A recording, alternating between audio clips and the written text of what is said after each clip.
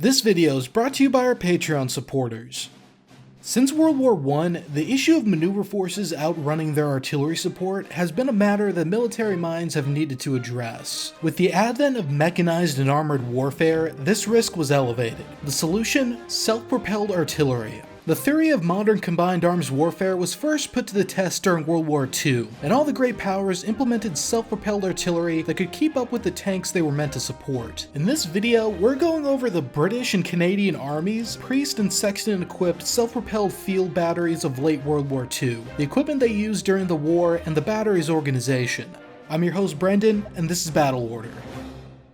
After facing the Germans and their self-propelled artillery in North Africa, the British rushed to get a self-propelled field gun solution to their armored divisions. The outcome of that rush was the Bishop 25-pounder. Based on the chassis of the Valentine infantry tank, the Bishop replaced the original turret with a rigid superstructure housing an Ordnance QF 25-pounder field gun. Its namesake started the British trend during the war for naming self-propelled artillery after ecclesiastical religious titles, hence the title of the video. The Bishop turned out to be reasonably successful, given that it was armed with the tried and true 25-pounder. However, the rush to get it to the front resulted in numerous issues. For example, gun elevation was limited to 15 degrees due to the confined superstructure. A third of the 25-pounder guns max 45-degree elevation. This significantly hampered its effective range. Crews would have to dig ramp earthworks, angling the entire vehicle to squeeze more range out of it. Additionally, since it was based on an infantry tank chassis, it was pretty slow. Although armored divisions had an infantry component, the Bishop would also have to be supporting the much more mobile cruiser tanks. Slow speed plus artificially limited range increased the risk of tanks outrunning their artillery support. And the last thing we'll mention, the Bishop only carried 32 rounds on board, less than a third of later solutions, which could increase downtime. The Bishop served through North Africa and into the Italian campaign, but a better solution was needed. The stopgap would be the new American M7 howitzer motor carriage, nicknamed the Priest by the British, which although equipped with a non-standard 105mm howitzer, was a much more effective platform. The first war establishments featuring the Priest were handed down in 1942, seeing action in North Africa, and it'd go on to serve until late 1944. However, the Priest was just a stopgap. The non-standard ammunition it used was an issue, as self-propelled artillery units would add a whole nother layer of ammunition supply to the equation. Keep in mind, the rest of the British artillery was on the 25-pounder standard, which indirectly translated to 88mm caliber rounds. When the Americans were unwilling to produce a version of the Priest with a 25-pounder, the British turned to the Canadians. The outcome was the Sexton 25-pounder, a self-propelled gun based on the Canadian Ram tank chassis, a derivative of the American M3 tank. Equipped with a classic 25-pounder, the Sexton was Britain's ultimate self-propelled artillery piece during the war, with a range of 12.2 kilometers compared to the Priest's 10.4 kilometers, and 105 rounds stored on board compared to the Priest's 69 rounds. The Priest would stay in service for some time, including on D-Day, where they were fired from landing craft. However, they were quickly turned in days after for the Sexton to reduce logistical burden. By August of 1944, most Priests had been replaced by Sextons. Some of these Priests would be then converted into Kangaroo armored personnel carriers for operations in late 1944.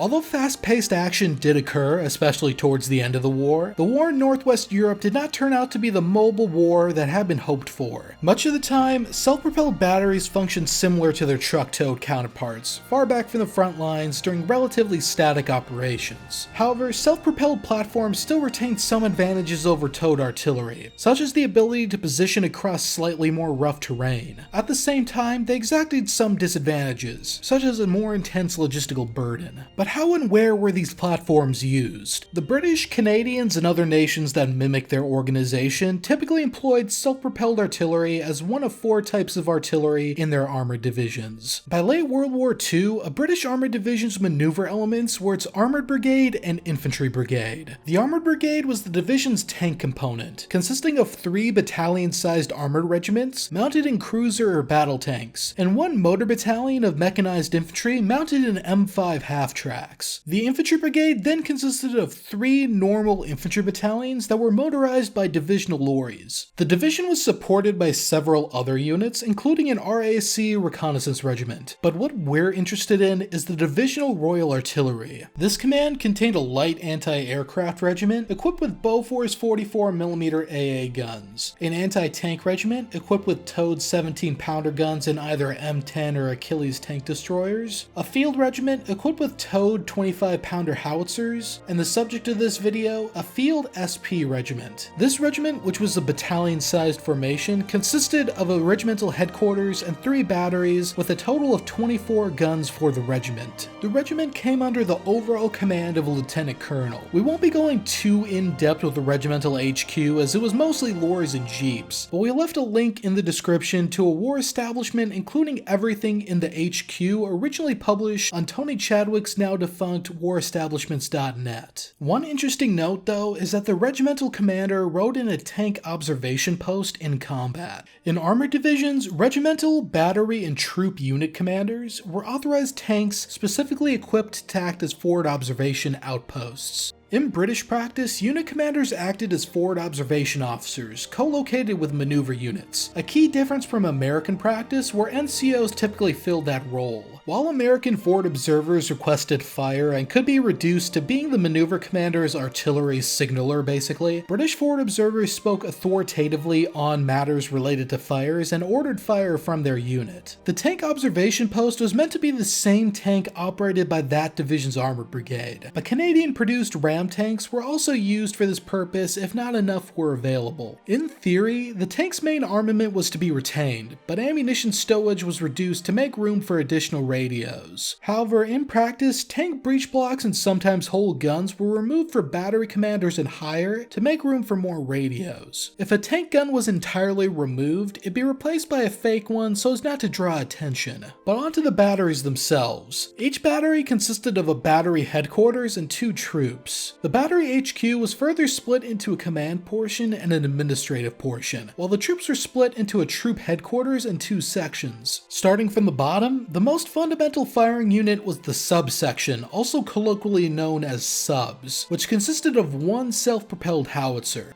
Each sexton or priest was manned by 6 or 7 men. Number 1 on the gun was the subsection commander, ranking sergeant, who was responsible for the overall functioning of the gun. For indirect fire, they would receive orders for fire from the troop's gun position officer, but would be responsible for directing gunfire if engaging visual targets via direct fire.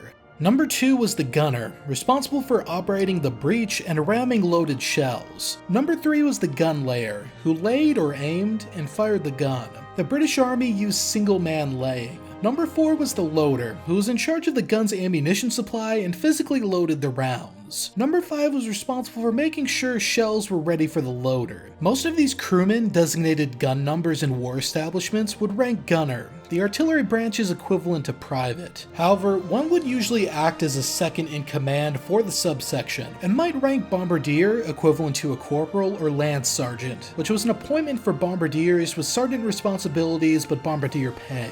The SPG was further crewed by number 6 driver mechanic, responsible for actually driving the piece, and the number 7 driver operator, who was responsible for manning the wireless radios, although this was sometimes done by the commander instead. These subsections were then grouped into sections, each consisting of 2 subsections and an M5 half-track. This half-track was only manned by 1 driver mechanic, and it was used to carry ammunition. When equipped with 105mm priests, each could carry 44 rounds, and 64 rounds for Sexton units. And then there was the troop, which consisted of 2 of these sections and a troop HQ.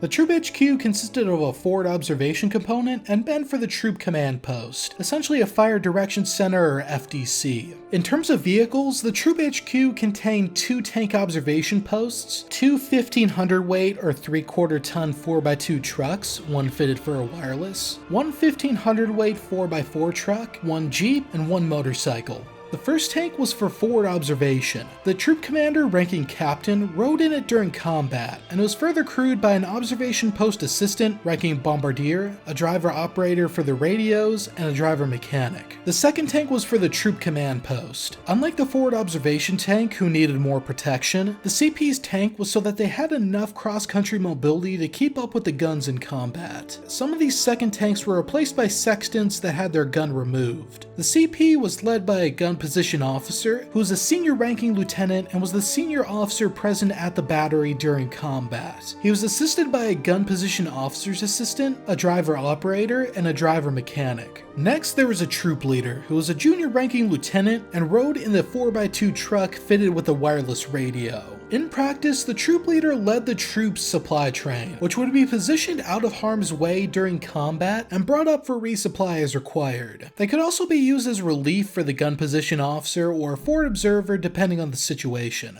Their truck was further crewed by an additional gun position officer's assistant, driver operator, and driver internal combustion or driver IC. Equivalent to a platoon sergeant was the troop battery sergeant major, so called because they were a warrant officer class 2 rather than a sergeant. They rode in the jeep with the vehicle mechanic. The remaining trucks carried a total of 9 signalers, 1 driver mechanic, and 2 drivers IC, while the motorcycle was ridden by another signaler. And now for the Battery HQ. To preface this, we're not going to go completely in depth the minor personnel as there were a lot, but we've left our article on the subject in the description, which lists every single man in the HQ and what vehicles they rode in. First, let's go over the command portion, which consisted of 4 officers and 29 other ranks. Their vehicles included an armored observation post, 1 1500 weight 4x2 truck, 3 1500 weight 4x4 trucks, 1 Lloyd carrier, 2 jeeps, and 5 motorcycles. The battery commander rode in the armored observation post, which would be co-located at the CP of the maneuver battalion they were supporting. They were assisted by an observation post assistant, ranking bombardier or lance sergeant, with an additional crew of 1 driver operator and 1 driver mechanic. Back at the battery were the rest of the officers. The battery captain rode in the 4x2 truck fitted with a wireless and acted as a second in command. They were more focused on administration. Meanwhile, the command post officer ranking lieutenant was the officer responsible for the battery's firing, placement, and local defense. They were assisted by another lieutenant acting as an assistant command post officer, and 2 command post officer assistants. The battery sergeant major, the battery's senior NCO ranking warrant officer 2nd class, rode in one of the jeeps. Meanwhile, the Lloyd carrier was essentially a slave battery carrier manned by an attached electrician,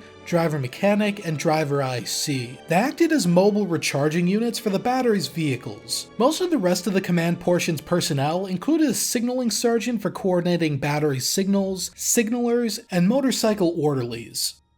Moving on, the administrative portion was significantly larger and was the battery's principal source of sustainment. Unlike in the American case where supply trucks were kept administratively at the battalion level, the British Field Regiment did not have a significant sustainment unit for the batteries at the regimental level. This is because firing units were meant to be relatively self-contained and able to stay mobile to take advantage of their self-propelled platforms. Therefore, British batteries had a ton of trucks for carrying stuff like artillery ammo, food, water, kit, petrol, oil, lubricants, and other stores. The admin portion was composed of 63 other ranks. The key man here was the battery quartermaster sergeant, who ranked staff sergeant and was the ranking soldier in the admin portion. Starting off with the 3-ton lorries, they carried the Q stores, MT stores, and cooking sets and rations. The quartermaster rode with the Q stores, while the technical storeman was with the MT stores, and 6 attached cooks were with the rations. The remaining 6 regular 3-ton lorries were for ammunition. In priest-equipped units, they each carried 93 or 94 rounds, probably more in Sexton-equipped units. Also carrying ammo were 2 half-tracks. The use of half-tracks allowed for the battery HQ to have a means of ferrying ammunition up to its guns over harsher terrain. The HQ's train was rounded out by 3 3-ton petrol tankers, one of which carried a Royal Artillery Artificer or Gunfitter, and a water tanker which carried a water dutyman.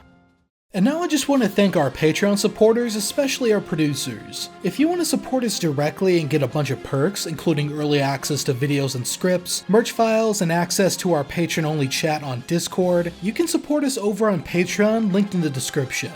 Thanks for watching everyone, and I'll see you all in the next one.